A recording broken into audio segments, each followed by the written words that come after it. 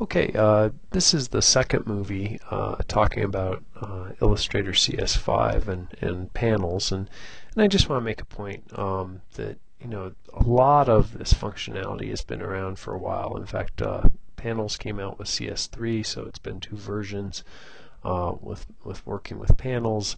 But before that, you had palettes. A lot of Illustrator is a refinement process. I started working with Illustrator in 1991, and it's definitely a lot cooler now, but it's a lot of still the same concept. So if you run across different interfaces in Illustrator, some of my movies are a little older, it's still applicable. You'll still be able to use a lot of what you're learning and apply it. So okay, that caveat over. Let's talk about panels. The other panels I'm thinking of are the panels that you see kind of along this right side. They all live under the window menu. If you pop open the window menu, you'll notice that there's a number of things in here just talking about applications bar, control, those kind of things. If I turn those away, you see there goes the application bar. So this is our application bar. Control is the one right beneath it. And then as we've already talked about, there's the tools panel over on this side. So other than that, the other panels, all these guys, are over here. And there's some other guys down at the bottom. Libraries are down here towards the bottom. But until you kind of learn some of these icons, sometimes it's a little strange to think about. But we've got a color palette. So we pop that open, you can see that, and then we also have color guide in here. Notice as I click here that they highlight as well over here. So you can see which panel is active just by popping on it. Now one thing about these pop-outs is that if I come down and click another pop-out, that set goes away. Now, in my last movie, I was trying to set a gradient and put in a color for the gradient at the same time, and you'll notice that that was kind of tricky. I was picking out a gradient here, and then I was trying to grab a color from it up here, and it was disappearing. So in any of these cases, when you need to have two panels open, you can tear them out. So notice that the name of the panel's right here. If I just click and drag, that pulls that panel out. And now, if I open up the gradient menu, notice that I can have interaction between the two. Drag down and drop. There's a gradient change. I haven't applied it yet. That's why we don't see it, but you can see where I'm coming from. So the first thing to know about panels is that you can tear them out. You can resort them. If I drag this back, I can drop it back into a setup. So notice here's where swatches is. If I drag these guys out and make it all too messy, let's just get a whole bunch of these guys out here. You can always go back and just click on one of these predefined setups. So notice it says Essentials, so I could just click, choose Essentials, pops us back to that original setup. Now, what if I like to have my workspace like that? Or what if you have multiple monitors and you want to have some of these guys on a different monitor? Then you can make a new workspace. So if I pop open Essentials, notice I can choose Save Workspace. And now if I go to Essentials, I can come back and choose Junk, and it brings it back. So that's a good thing to learn right off the bat. If you like your setup kind of different than how Adobe has it just by default, you can save that out. You can keep that setup as something different. I'm going to just go ahead and reset to Essentials. Notice they have a whole bunch of things in here. So if you work in other applications a lot and you like to see it similar to other applications, you can do that. We'll go back to Essentials. Okay, so panels can be torn out, they can be recombined. So I can take these guys. Notice again, the double arrow means I can pop it open, or close it. If I keep it closed, I can pop it open and use it, and then when I go to work and do something else, if I want to get that out of the way, I can, or if I click on this, notice that stays nice and open, but it's kind of a temporary open, I guess. You can also use those right arrows to close it back up. Let's just drag this guy back in, and I'll just drop it down. Notice that time I dropped it in between the two, so now it's kind of on its own grouping. Let's tear it out. Let's open up another one and just drag swatches back and drop it in there, and now you can see it belongs in that group. So there's all kinds of ways that you can sort this out. Alright, the panels can also be docked together. So not only can they have this kind of dock, but if I pull these out, let's say I use color and swatches next to each other a lot, and I want color to always be below swatches. If I drag up and position right at the bottom of swatches, notice it gets a little blue line. That means it's going to dock in there. And now as I drag this guy around, these two panels are linked, and I can close it up and open it, and they kind of function on their own. And again, you can get rid of that just by tearing them apart, recombine them another way. It's kind of an endless thing you can do. Let me pop back here to Essentials again, reset. So we can dock panels, they're tabbed. What are some common features of panels? You'll notice that right in here there's a little pop down arrow. So in the upper right hand corner of a panel is its options, and if you click on that, you'll notice that you can choose the different options for the panel. So of course, depending on the panel, you'll see different options, but it's always going to live in kind of that little pop down spot. Now the other thing that you'll notice about panels is that depending on the panel, it'll have some items in it along the bottom. Some pretty typical ones that you see in many places.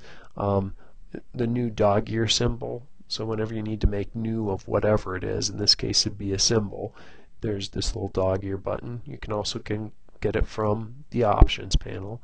And a lot of them will have a trash can. So little options that are specific to the panel will pop up at the bottom of the panel. Again, Adobe is real panel heavy. They want you to learn to use panels. That's kind of the way that you're going to get stuff done in their applications. So those are some commonalities among the panels. We can even expand the whole group of panels like this. Oh, and we can do some adjustments this way too.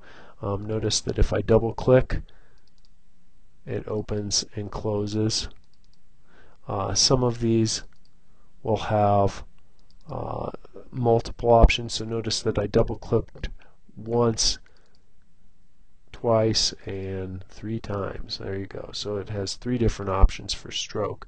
This is kind of the same as hiding your options in a panel too. Now let's see here. I'm trying to think if I can click and drag. No. Oftentimes what you'll have, depending on the software, you'll have a little ability to click and drag between these guys.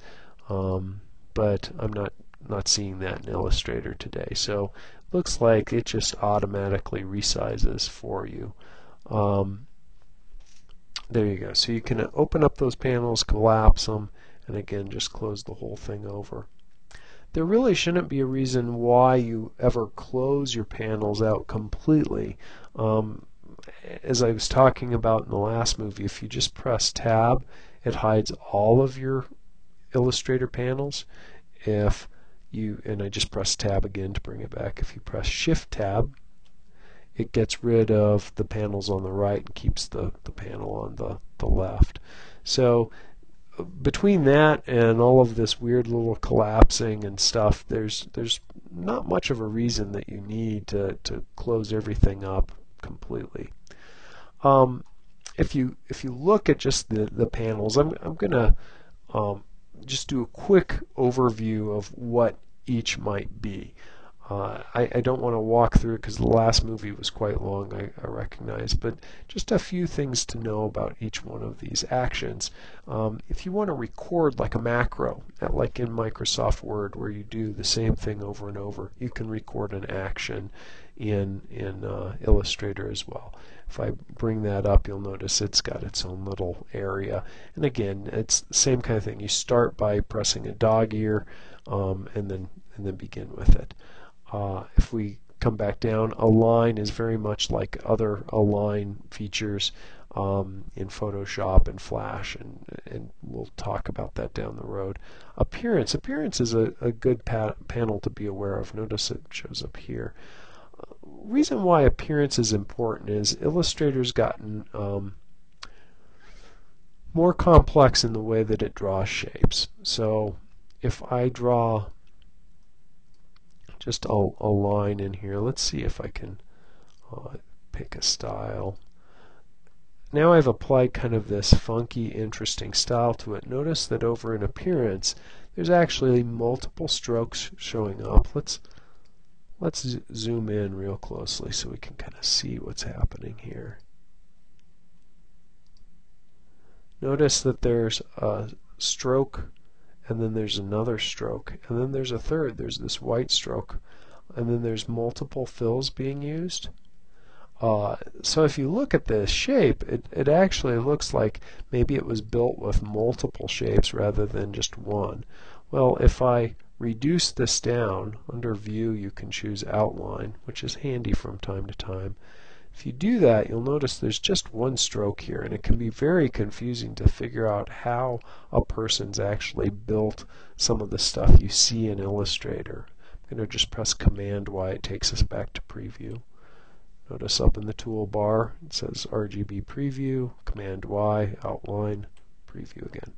So appearance is terrific for being able to decipher how an object's been put together. So notice that there's multiple strokes, multiple fills being used in this particular object. If we click on this one, it tells us it's a gradient mesh. If I come over and click on this kind of P shape here, it tells us that it's a group and that there are some things happening with the contents of the group. So anyway, appearance is an important palette. Notice that its little icon is right there. Artboards, I talked about artboards last time. There's an artboards panel. You can make multiple artboards in Illustrator, which are essentially pages if you're dealing with printing, or cool thing if you're working with Flash Catalyst, they can be different states in Catalyst, or if you know Flash, think of different frames in Flash. That's what your artboards are. Attributes is kind of this underutilized little palette. There's not much information in here. We'll deal with it down the road. It's important, but you'll use it for one or two things, and that'll be it. Brushes, we talked about brushes before. There are multiple ways of applying basically a complex structure to the edge of an object. Color, we've seen that one before.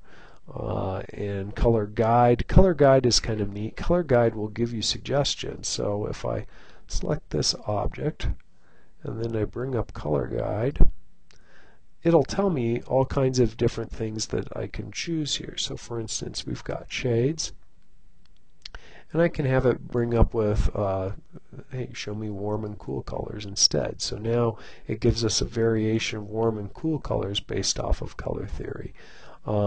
You can choose different kinds that you want. So maybe we want to have a palette that's, let's look at Baroque. So with a Baroque palette, we get a whole different set of colors in here that we could pick from. So color guide's useful if you're trying to set up a color theme in your document. Again, there's going to be more of this down the road.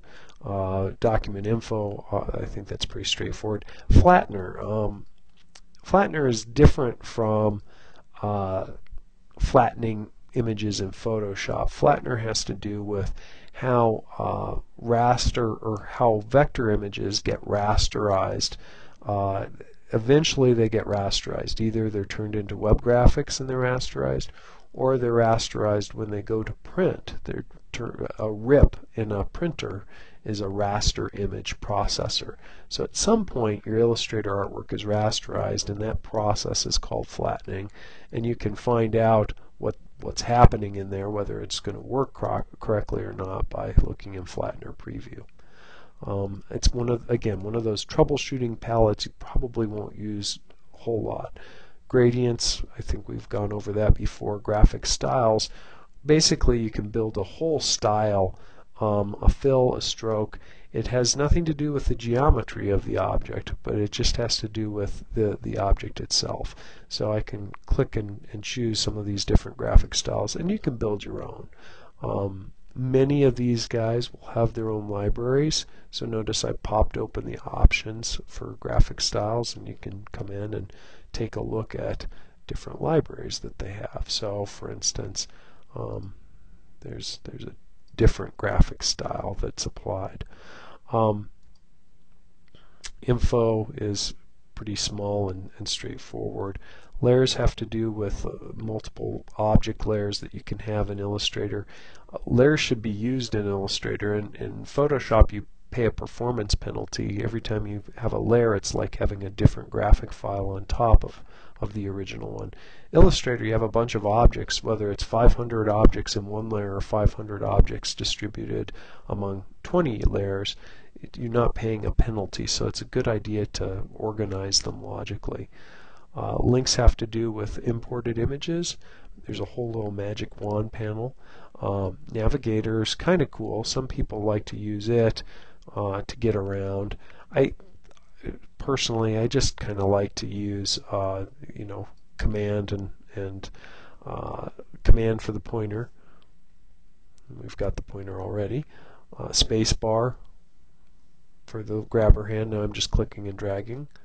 Command space to zoom in. Notice Navigator zooms in for us. Command Option space to zoom out. To me it just seems like it's kind of, now I've got this extra little thing taking up space. So it's to me it seems kind of extraneous, but some people like it. So it's your call.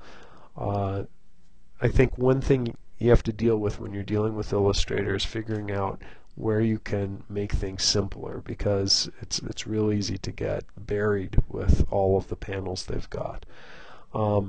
Pathfinder, I've mentioned the new little tool before in here, the shape builder tool with CS5. Pathfinder's been around since version 5 of Illustrator, so since, I don't know, about 1992-93. And it's very handy for combining shapes, splitting shapes apart. You'll probably find that you use one or the other. As I mentioned before, Adobe's about, it seems that they're about making a lot of their commands into interfaces that you use on the artboard, rather than choosing a command in a palette or in a menu somewhere. So it seems like that's kind of the direction CS5 has been going in. Let's see, separation. So that's kind of neat. I haven't run across that before. Separations preview gives you an indicator of how the document's going to separate. Obviously, since I haven't used it, I can't go into it much more than that. So we'll have to fiddle around with that and do that in class and see if we can figure that out. Stroke menu I've mentioned before. It's important enough that we should look at it again. Again, not only do you deal with weight, but you also deal with style. You can have dash lines and so forth. Excuse me for a second. I have to sneeze. Oh, the moment passed. So anyway, here's stroke. Let's get out. I'll do just the pen tool here. Let's come around and just have a fill.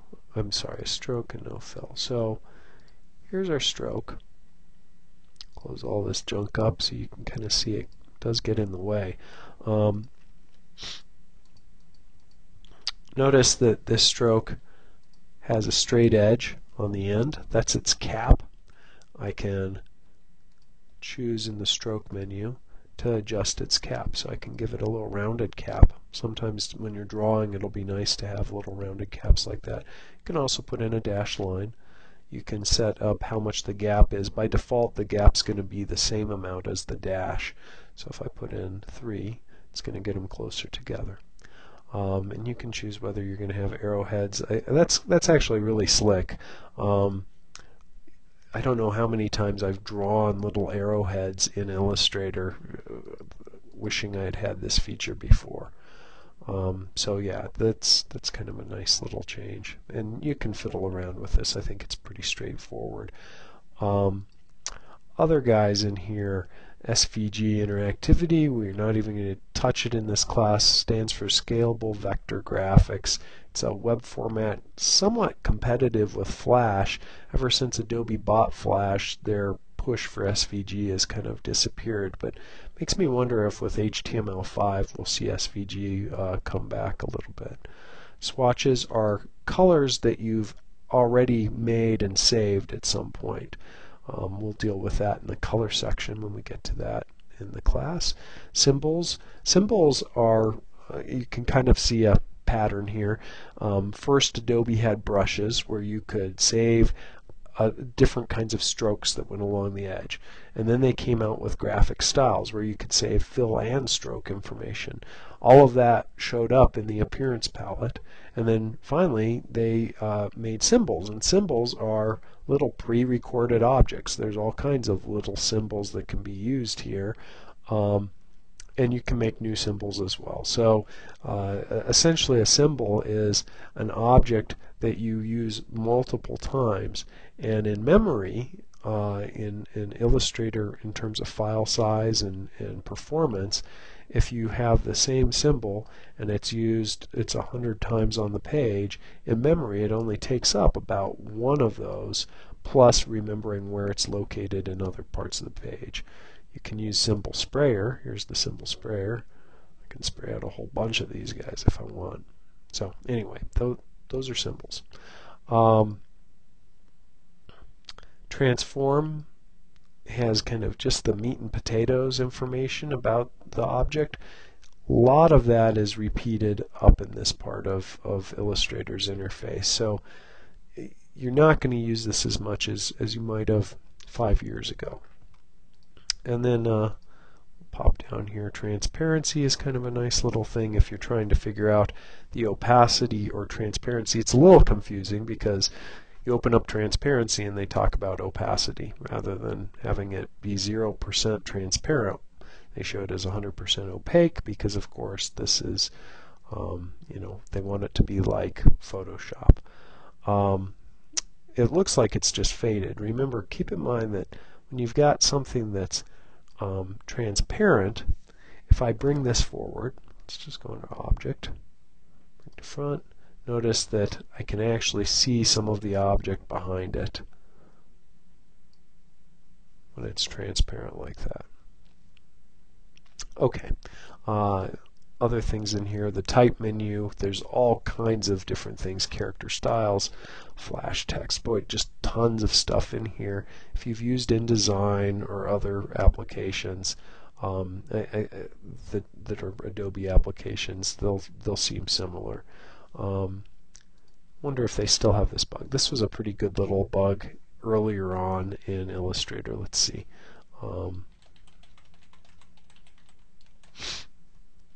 So I have Arial. Notice if I pop this down, yeah, when you pop it down, you don't get a preview in this panel, but you do get a preview in this panel. Isn't that stupid? I think that should be fixed.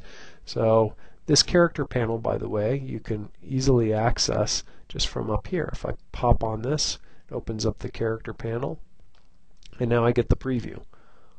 If I look in here, no preview.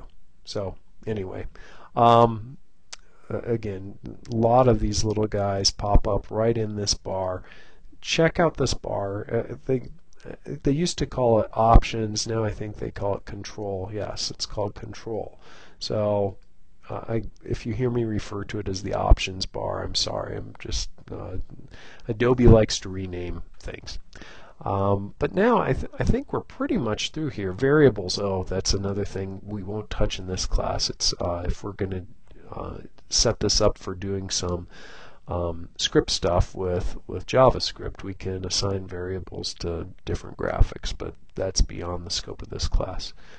We have a number of libraries. If we have multiple documents, we can have those show up in the window palette as well. But I think essentially we've covered everything there is to know, at least about panels. In another movie, I'm going to go over logic for when you should look. We've drawn a lot, and we haven't even gone under these menu items at all. When should you look for them, and what's under each? That'll be next.